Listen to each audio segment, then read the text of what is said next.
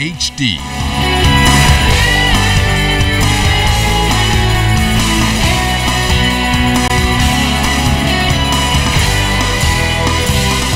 ZNS Network presents The Bahamas Tonight.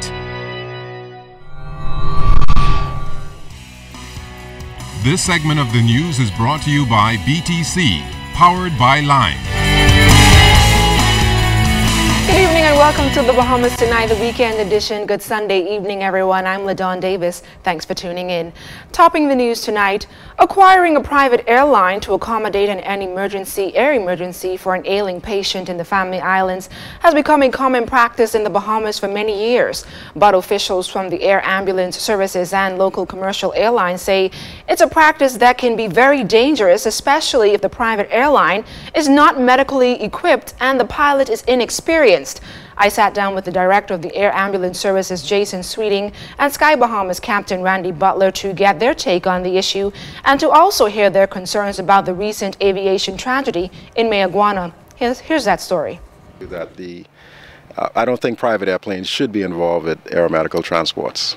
Director of Operations and Chief Pilot of the Air Ambulance Services, Jason Sweeting, making it clear that private airlines should not assume this responsibility because they lack the necessary medical resources. Mr. Sweeting believes the certified expertise of his medical flight services team played a very critical role in airlifting that patient involved in the Mayaguana aviation tragedy to the capital for further medical care. Ambulance. We have a team of highly trained professionals on board our airplanes, which are dedicated air ambulance equipment. And that includes doctors, nurses, paramedics, EMTs, and of course the pilots. And they're all trained in aeromedical transport. So there's no reason why not to use us to be able to do whatever emergency that may arise. On average, AAAS flight services respond to one call per day and have given medical assistance to thousands of patients over the past 14 years. Just this past Saturday, 2 patients from Freeport had to be airlifted to the capital on one of the 2 B-200 aircrafts in its fleet. We have dispatchers who take the calls, and we also have a medical director who's informed of the condition of the patient, and the medical director determines how the aircraft will be staffed with doctors, nurses, or paramedics based on the nature of the case. And from there, we have a response time that we meet, as well as including adding that to the flying time.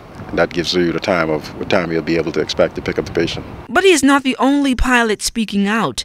CEO of Sky Bahamas Captain Randy Butler maintains private airline pilots that are not properly trained should not play the hero and perform a medical emergency, especially if the airport lacks the appropriate navigational resources or is not in compliance with safety standards.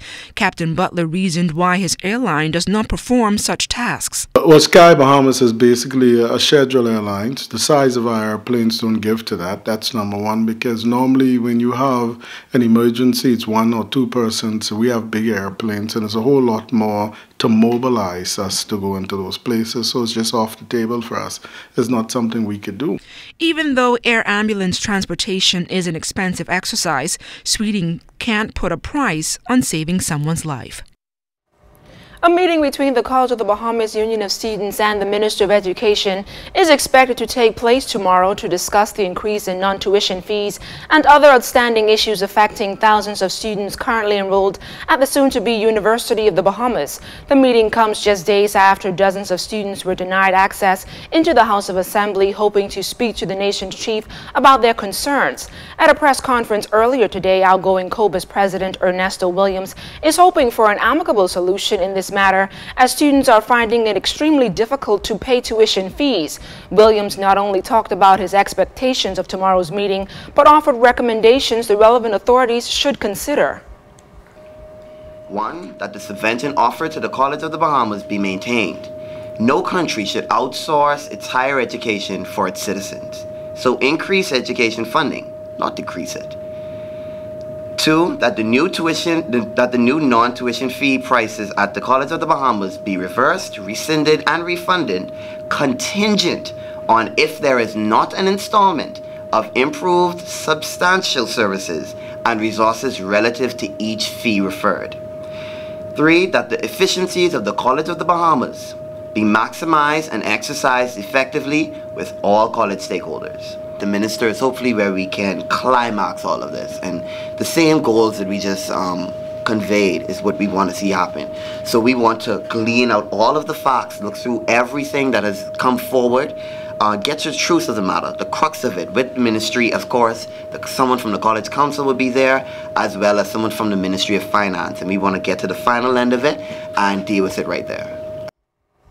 College freshman Gabrielle McKenzie is strongly asking that the College Council and the government rethink their decision to cut subventions and increasing non-tuition fees, as it will have a direct impact on her studies. Future, and the future starts now. It starts today. How are we as a country to move forward if we are not educating our young people, our generation? This is what is going to happen. We are not going to be able to attend school. What's that? I have to go into the job market now and find a job to pay these fees that it's difficult for me to pay. And what is required in the job market? Qualifications that I do not have. Now that meeting is expected to begin at 11 o'clock on Monday morning. It was Law and Legal Profession Day at Bahamas Faith Ministries, a day to emphasize the importance of the rule of law and recognize those who have made significant contributions to this country's legal fraternity. Dr. Peter D. Maynard, retired Justice Ruby Nottage, former Cabinet Minister Godfrey Kelly, and the late Honorable Paul Adderley were honored during the special service, which highlighted their outstanding contributions and accomplishments. 3 of the honorees told our news team that they were truly grateful for the recognition and are proud to have contributed to the country. The widow of the late Honorable Paul Adderley accepted the award on behalf of her husband. It is a privilege to be in such distinguished company. This honor was unexpected and possibly undeserved. But let justice roll on like a river and righteousness like a mighty stream. I'm truly humbled because really, as I move through life, I realize that it's God's hand that's guiding me, and I don't deserve anything. I say that really and truly. But with God in control and always bearing in mind that He is ever present, I want everyone here to know that with God, nothing is impossible. From the crime beat, authorities here in the capital searching for 2 men they believe are responsible for a shooting incident that has left a 22-year-old man detained in serious condition in hospital. Police report that it was around 11:20 last night when the victim was reportedly standing in front of a residence on Willow Tree Avenue in Pinewood Gardens with a group of men when 2 men on motorbikes allegedly armed with handguns opened fire on them and shot the victim. Police say the suspects then sped off. Investigations into this incident continue.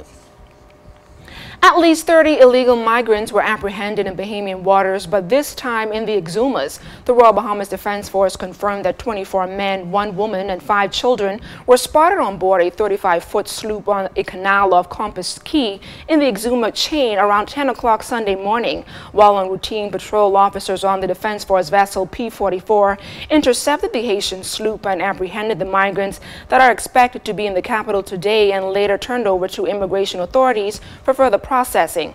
All the migrants are said to be in good health.